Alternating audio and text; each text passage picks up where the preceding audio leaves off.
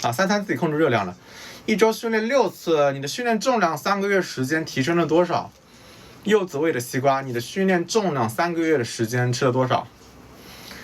減肥茶吃了沒有副作用吧？排濕氣，那個忽悠你的。你如果真信你就去買，忽悠你們這些大聰明的小笨蛋，就跟你的名字一樣，小笨蛋，忽悠你們的。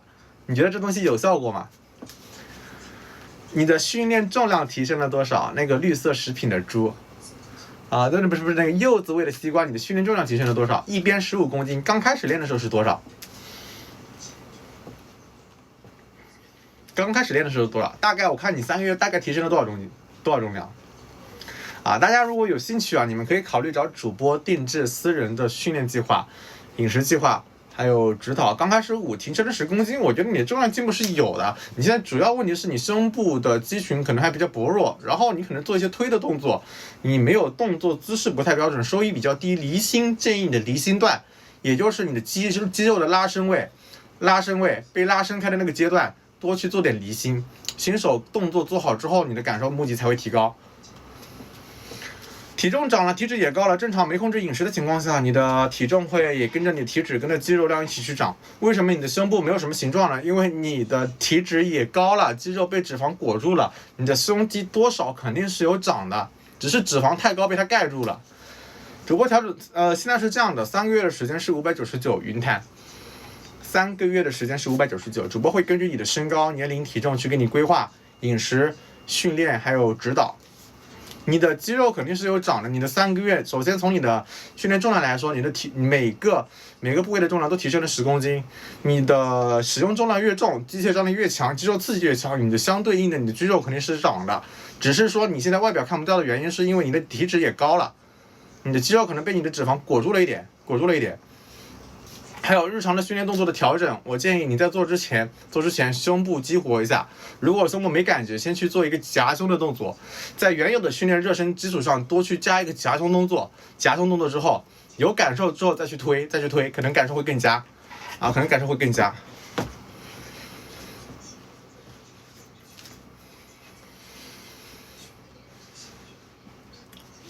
长跑吧，你一直做有氧肯定会掉肌肉的，你不做力量訓練長不了肌肉的啊，小笨蛋，不做力量訓練長不了肌肉的。你想長肌肉，我們要做上半肢的力量训練，可是私教課很貴啊，你們可以考慮找我做你的線上老師啊，兄弟們。如果你們有興趣的話，可以考慮找主播定制私人的訓練計劃、飲食計劃還有指導。不能只做臥推啊！我們力量訓練你只能做臥推嗎？你還有很多動作，練肩推，練背高位下拉，練肩膀外展，對不对？你只做臥推肯定沒用啊！肯定沒用啊！你上半肢訓練頻率跟不上，你下半肢猛做有氧，背道而馳，肯定不長肌肉的。歡迎啊！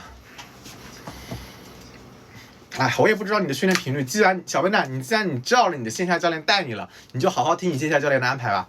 你只要相信他，你就跟着他練。小笨蛋，能懂吗？我這邊也看不到你的訓練，我也評判不了你現在的一些訓練動作、訓練模式是否合理。因為你已經找了你的線下教練，那你就聽他的，你信他的，你覺得他專業你就聽他的，沒毛病啊。我也不說去反駁什麼他的觀點，對吧？你既然已經請了教練，你就聽他的。你想增肌，你已經請了教練了，你就請線下教練帶你唄。你讓他講增肌的邏輯，你聽他的就完事兒。你覺得他不夠專業，那你就換教練，換個教練讓他帶你，對吧？不要只盯着一個教練，你可以感受一下2個教練給你帶來的區別差異，給你的訓練規劃、飲食規劃，而不是停留在紙上談兵啊。他讓你的教練給你出具具體的訓練規劃、飲食規劃，1個月能達到什麼樣，2個月達到什麼，讓他給你定好目標。有一個目標，你才能有信心去買他的課。如果你買了他的課，他目標也不給你定，飲食也不給你做，訓練也不給你規劃，你覺得花了錢什麼用呢？花了錢沒改變有什麼用呢？對吧？體脂23，該增肌還是先減脂？我覺得你這個體脂率，如果是新手福利期，你的增肌減脂能同時進行。你問我沒用啊，我只能說給你個建議啊。你既然已經找了教練，你就讓他給你做規劃，就好完事兒了呀。我跟你說了，你自己現在可能說也明白不了，因為你跟他說，很难受。你給他講原理啊，控制飲食增肌很難干淨增肌，吃的相對乾淨，不是讓你一點不吃啊。謝謝綠色食品送出的小心心啊！謝謝綠色食品送出的小心心啊！大家如果有興趣啊，你们可以考慮找主播定制私人的训練計劃、飲食計劃和指導。一次多久？我平时一周，我最近1個月都不做有氧，我最近1個月沒有做有氧的習慣，我最近1個月一次有氧都沒做啊！我最近1個月沒有做有氧啊！寶子網上人說大家都是夜貓子啊，大家都是夜貓子啊，夜猫子比較多。對，我最近1個月都沒做有氧啊！我最近1個月都沒做有氧。男生187肉瘦不瘦？瘦，18270公斤瘦。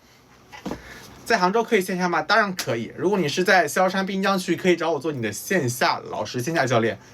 主播是98年的，我是98年的，主播是98年的。大家如果有興趣的話，可以考慮找主播定制私人的訓練計劃、飲食計劃和指導。170體重75公斤，減到130才進健身房。目前在健身房待了半年左右，體重還是63。增肌並不代表增重。增肌並不代表增重，記住，增肌並不代表，你要看自己的維度變化。所以我們要看維度變化，不是看你的體重變化。如果你63公斤，你肌肉長了，你上半肢的維度肯定會長。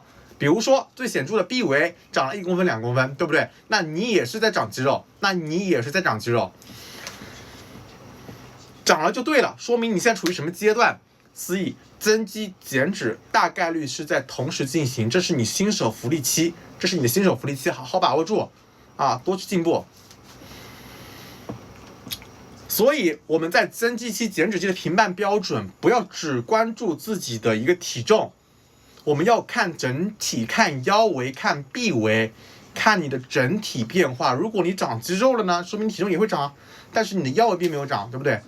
不要把體重數據看得太過於重要，我們要看整體的維度，兄弟們，不要陷入體重的誤區啊，很容易很多人陷入體重的誤區啊。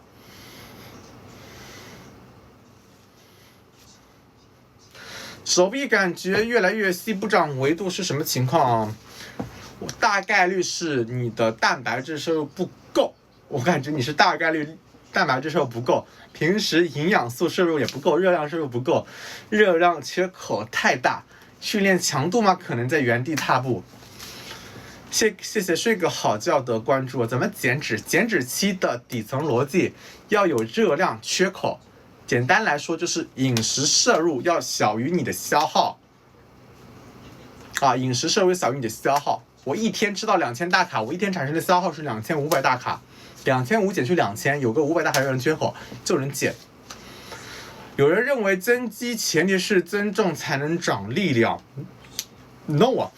增肌你要達到最佳的增肌效果，你從飲食角度上講，你肯定是要有熱量盈餘。但是如果你想減脂增肌同時進行，你的熱量缺口去控制到500大卡以內，也是能達到的。